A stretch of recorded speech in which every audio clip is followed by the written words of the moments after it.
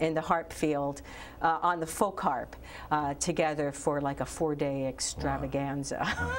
Well, I'm kind of curious, how do you balance your time in terms of your teaching, your performance, and your event management? How do you juggle all this? Jeez, I don't know.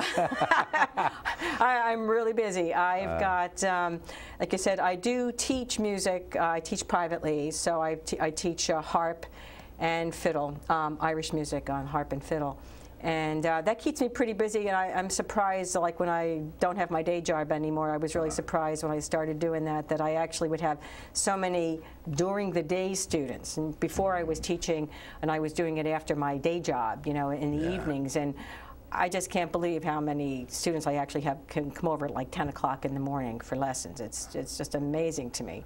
So I do a lot of that, and then I actually I started a company called You Gotta Have Harp. Oh, yeah. And so I am doing like the booking agent business for, you know, traditional music artists. Started out being just for the harp, but I've sort of branched out into taking on some of my fiddle idols as well. Well, in terms of blue sky thinking, are there any artists in an ideal world you'd like to work with in the future? Oh, geez, I think I'm working with a few of them right now. As a matter of fact, my longtime idol is Grania Hambley on the harp, young player that I first met in '96, and she's become one of the most fabulous harp players, you know, best known Irish harpers from Ireland in this country, and Billy Jackson, who was a Scottish harper from even well before I started playing the harp, just an icon in Scottish music. So, I mean, they're at the top of that. And I represent Kevin Burke now, who's like a legendary Irish fiddler. It's always been on my list. It's just, I just can't, you know, say enough about the artist. That I just love doing it because I love the music, and I love to be able to rub shoulders, and hopefully maybe their magic rubs off on me, you know, being in their presence and doing that, because it's really wonderful. Yeah. In terminology, academics always concerned with terminology. Would you say what you do is folk music or ethnic music? That's a really good question.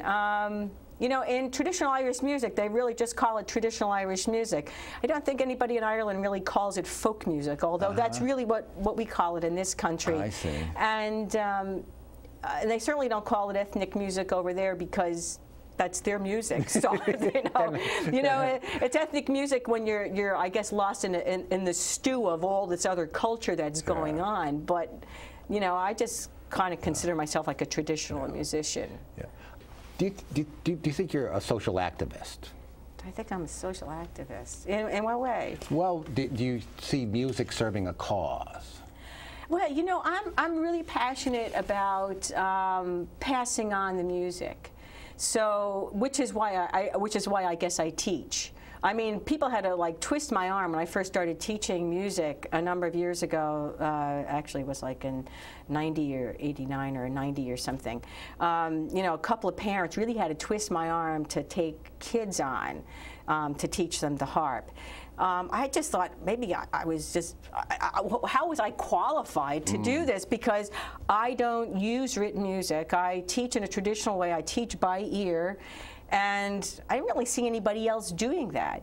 But actually, and I went to Ireland in '96, and they do that all the time. That's the standard way of doing it. So I started taking on more and more young people, and I really like encouraging young people to take up the music. So we're my husband and I are very involved in teaching. We have a lot of young students, but we do a session for young musicians at the Irish Center in Philadelphia every month. So every month we, you know, it's an open forum.